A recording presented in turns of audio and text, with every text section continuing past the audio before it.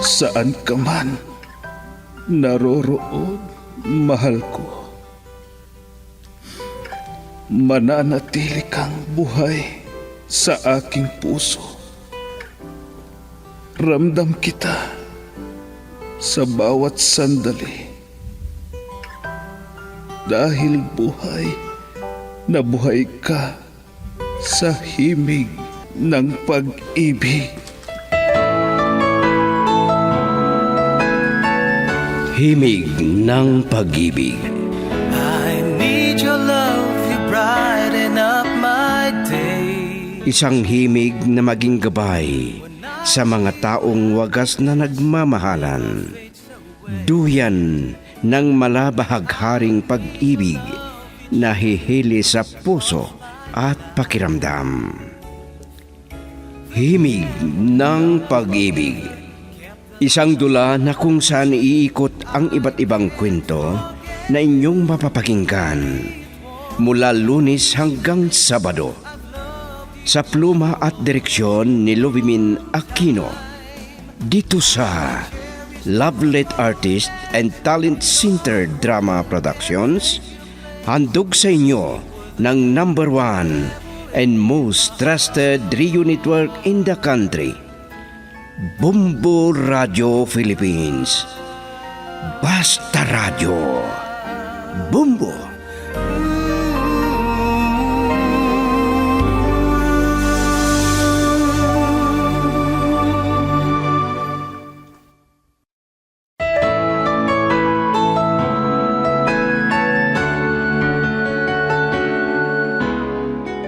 Ang nakaraan, nagalit si Tiato kay Fiona na hindi nagpaalam na makipagkita kay Martin na ama niya. Pumayag din na ipasyal ni Martin ang dalaga sa bahay nila, pero si David ang sumundo at nagbalik sa dalaga. Umiyak si Jennifer pero pinagsabihan ng ama na kailangan tanggapin niya ang kalagayan ni Martin. Masaya sina Fiona at Jennifer sa pag-uusap nila. Sa paglipas ng mga araw, namasyal na magkasama at masaya sila. Masaya si Mang Roberto na nakakita sa dalaga. At ngayon, narito ang karugtong ng isang linggong kasaysayan na pinamagatang Pagkakamali at Pagsisisi. Dito sa ating dula, Himig ng Pag-ibig. Moment of my life. The memory shared together. Matagal na hindi kami kumain ni Martin sa restaurant na ito, Fiona. Mayayaman lang ang mga customer dito. Masasarap ang mga putahe dito, pero ang mahal. Huwag kang mag-alala. Maraming pera ang daddy mo. Tita, may itanong lang po ako sa inyo. Nakakasama ba ninyo ang mga kapatid ko? Hindi naman, dahil malayo ang loob nila sa akin. Lalo na si Crisia at si Manet. Kahit ako, parang ayaw nila sa akin na kapatid nila. Ay, si Mami yun ah. Nakita na niya kami.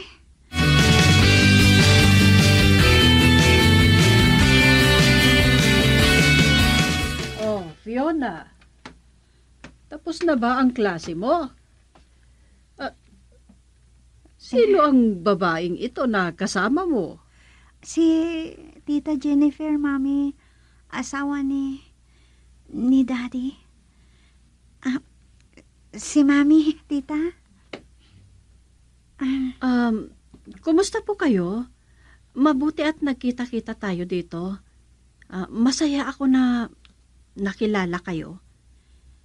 May dapat ba na ikasaya sa pagkakilala natin, Jennifer? Mami, umupo kayo. At total, nagkita-kita naman tayo. O sige, makisabay na kayo na kumain. Salamat sa yaya mo sa akin, Jennifer. Pero may kasama ako na pumunta dito sa restaurant na ito. Linapitan ko kayo dahil nakita ko si Fiona. Oh, sige. Ituloy nyo lang. Ituloy nyo ang kumain. Pasensya na kayo sa panghihiya ni Mami sa inyo, tita. Ako ang nahihiya sa inyo. Walang anuman yun, Fiona. O sige na, kumain na tayo.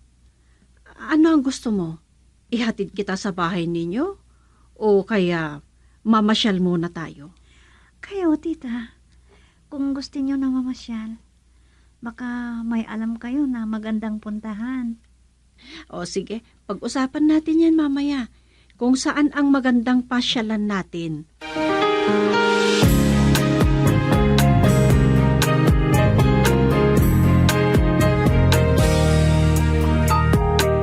Ito na ang araw natin. Saan po tayo pupunta, sir? Wala na. Subukan mo ang tawagan si Jennifer kung saan sila naroon ngayon ni Fiona. O kaya, ako na pala at kasalukuyan kang nagmamaniho. Pwede naman na akong tumawag kay madam, sir. Nakasabit naman ang cellphone ko sa holder malapit sa manibela. Sige, ikaw nang tumawag sa kanya. Ipahinga ko lang muna ang mga mata ko. Nakakapagod talaga ang trabaho ninyo, sir. Marami kayong ginagawa. Kahit ipahinga nyo na. Sana ngayon, sir. Dahil araw ng Sabado ngayon. Muntik na rin na wala akong panahon kay Fiona.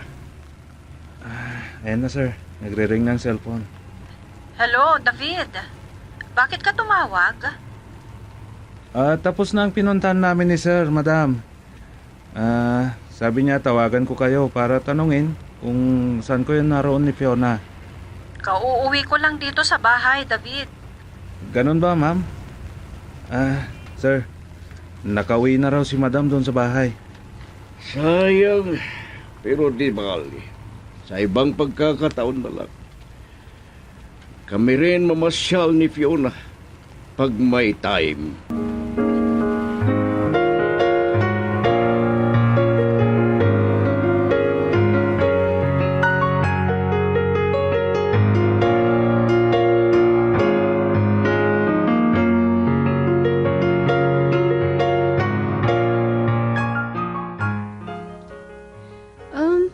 Pagkatapos naming kumain ni Fiona, namasyal kami saglit. Pagkatapos, hinatid ko na siya. Sayang na pagkakataon. Talagang sayang. Baka nagkita pa kayo ni Ate Chato. Ano? Sa wakas, nakilala ko na rin ang dati mong asawa. Hindi ko asawa si Chato. Nobya ko lang. Inilihim sa akin na nagbuntis. Pinagsisilusan mo ba?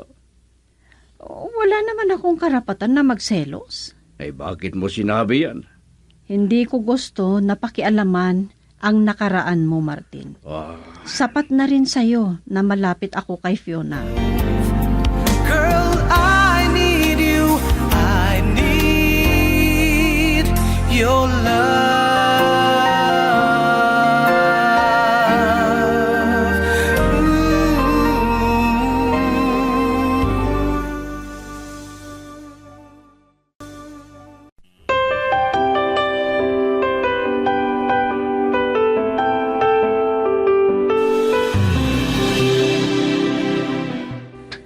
Ano kaya ang ibig sabihin itong nararamdaman ko? Nagsiselos kaya ako kay Jennifer? Ano naman ang dahilan? Mami, Oh, akala ko madatnan ko kayo dito sa bahay kanina. Hinatid ako nila, Tita Jennifer. Namasyal kami ng konti. dalawa lang kayo na magkasama. Opo, Mami. Hindi naharap ni Kuya David na sumama sa amin dahil may pinuntahan sila ni Daddy. Bata pa pala yung Jennifer na yan, ano? At saka maganda. Opo, Mami. Bata pa. Panganay ng konti si Kuya David ng 3 taon. Napansin ko kanina na malapit kayo sa isa't isa. Ay, oo nga pala. Ano ang sinabi niya sa'yo? Alam ko na napahiya sa akin. Wala naman po. Baka hindi lang niya pinahalata na napahiya siya sa akin.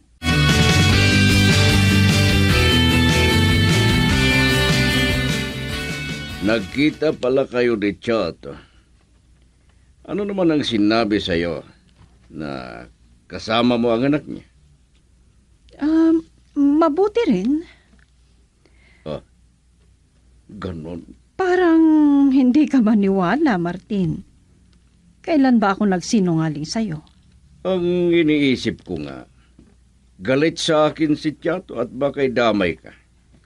Kung ano ang kasalanan mo sa kanya, hindi sana ako idadamay. Maliban kung hindi niya nagustuhan ni Ate Chato ang pakikipaglapit ko kay Fiona. Nag-usap kami ng maganda ni Chato at pumayag naman.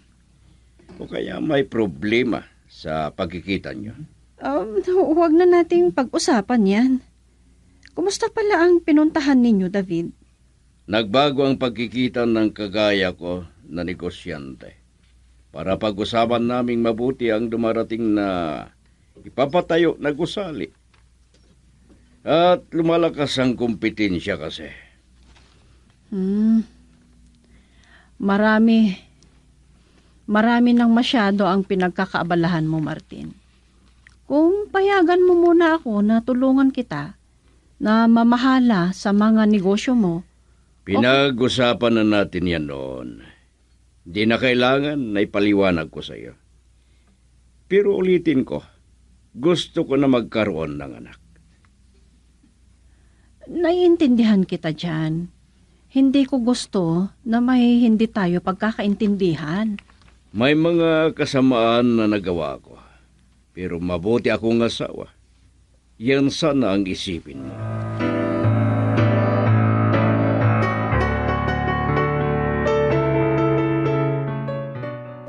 Hindi ko na sinabi kay Martin ang panghihiya ni Ate Chato sa akin, Papa. Maliit na bagay lang yun sa akin.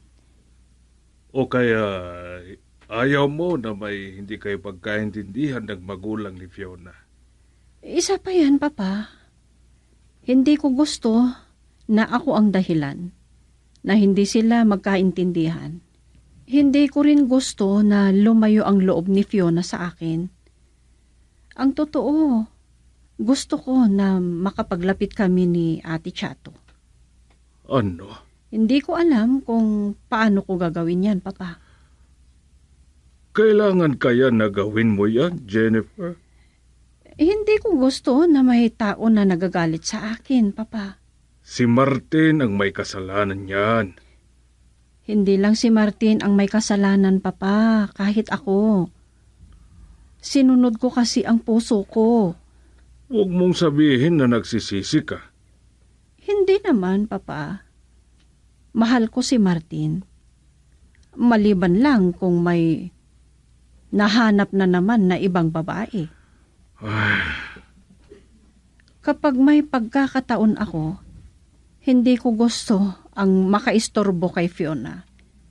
Lalong-lalo na sa kanyang pag-aaral.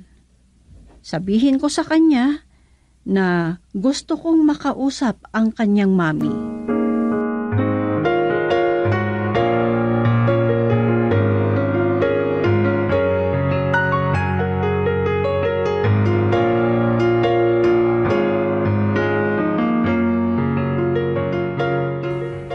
Wala akong makitang problema kay Fiona. Sinunod niya lahat ang binilin ko sa kanya. Nagpurposige naman na mag-aral. Kahit nagriring ang cellphone niya, hindi niya sinasagot.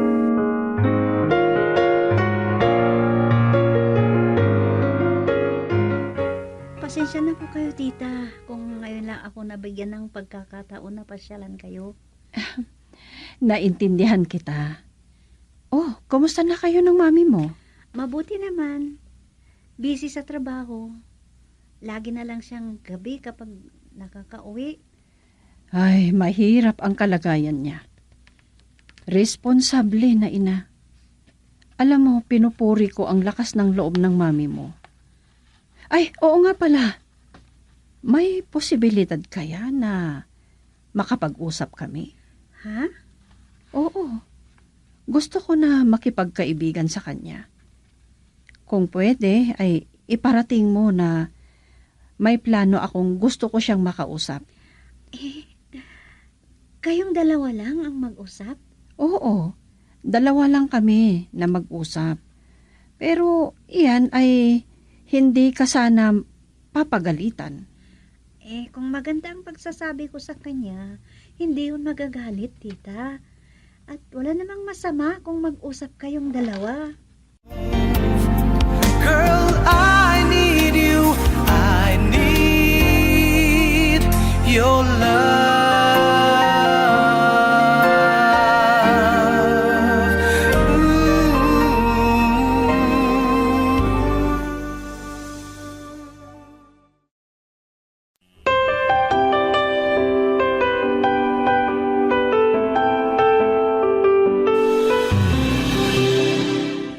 Ay, maaga po kayo nakauwi ngayon na, mami.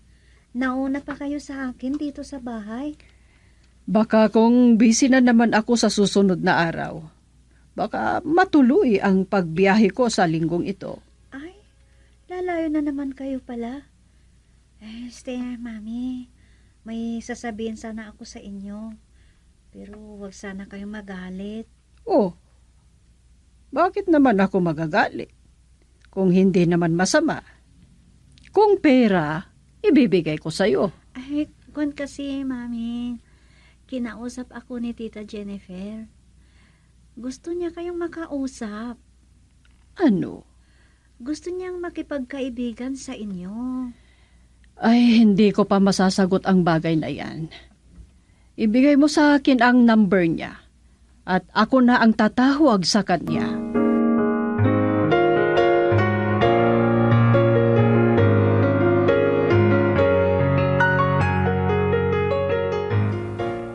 Hindi umiimik si Jennifer. Pero nakita ko ang itsura niya. Nakontento siya. Kung ngingiti, mas lalo siyang gumaganda. Bakit mo ako tinititigan, David? Madam, Jennifer. May gusto sana akong hilingin sa'yo. Pwede ko sanang lumabas na nag-iisa na makipagkita kay Ate Chato. Pero alam mo, walang maililihim kay Martin. Alam niya lahat ang pinupuntahan ko. Gusto nyo na hindi ko sasabihin ang pinuntahan nyo? Kung pwede lang sana, David. Hindi ko pa gusto na malaman niya na nakikipaglapit ako kay Ate Chato. Sige. Pangako. Masaya ako dahil bukas ang puso ninyong dalawa. Mabait din pala, David. Sayang lang at hindi niya naging asawa si Martin.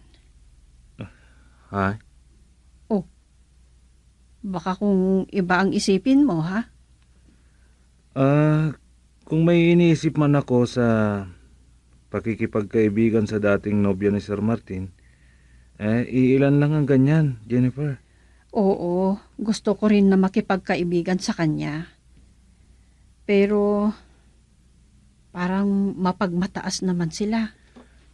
May kinakasama na sila, Jennifer.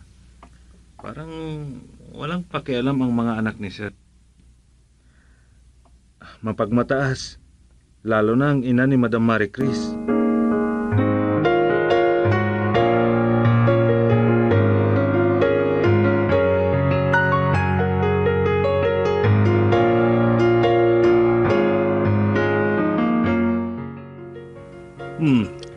Hanggang ngayon, nagtataka lang ako kung bakit na ginawa mo ito, Jennifer. At saka, gusto mong ilihim kay Martin ang pinag-usapan ninyo ni Chato. Gusto ko na maging mabuti ang pakikipagkaibigan ko kay Ate Chato. Para walang magiging problema sa pakikipaglapit ko kay Fiona. Yan lang ba ang dahilan? Ano pa nga ba ang ibang dahilan, Papa? Sabihin mo kay Chato na mamasyal doon sa farm para makilala ko rin siya. O sige, sabihin ko yan kay Fiona kung magkita kami, Papa. Nahihiya lang kasi ako na diretso kay Ate Chato na gusto kong yayain si Fiona. Mas mabuti kung sabay silang mag-ina na mamasyal doon sa farm.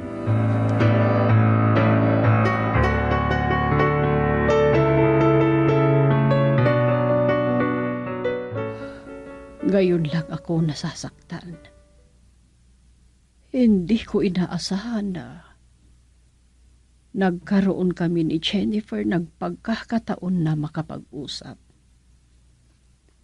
At pwede rin pala na magkaibigan kami.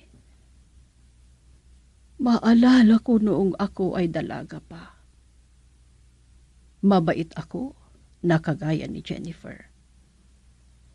Pero dahil sa sakit ng kalooban na ginawa ni Martin, ay naging masungit ako. Dalaga na si Fiona at nararamdaman ko na marami akong pagkukulang sa kanya.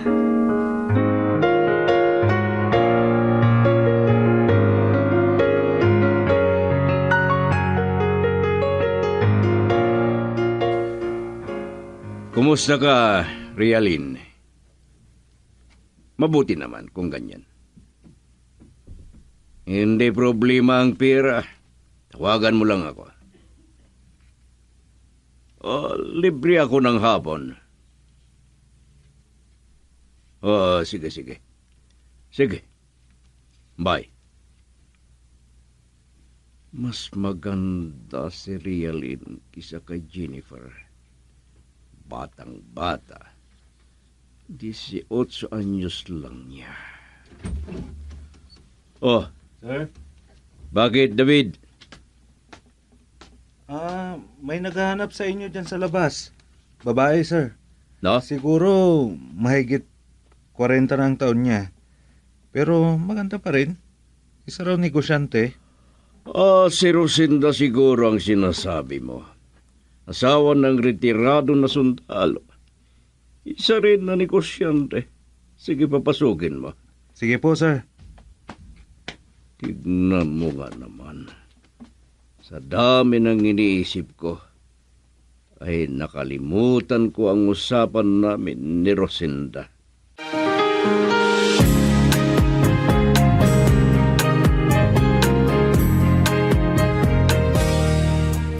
Sinamahan mo pala si Tita Jennifer na nakipagkita kay Mami, Kuya David. Hindi ko alam kung anong pinag-usapan nila. Wala naman na ikwento si Mami sa akin. Hindi pa ba kayo nag-usap ni Jennifer? Hindi pa. Oo nga pala. Ayaw ni tita mo Jennifer na malaman ni Sir na nagkita sila ni Madam Chato. Kaya kung magkausap kayo ng daddy mo, huwag mong sasabihin sa kanya, ha? Bakit kaya gustong ilihim ni Tita Jennifer kay Daddy na nag-usap sila ni Mami? Si Daddy yun May kasamang babae? Girl, I need you. I need your love.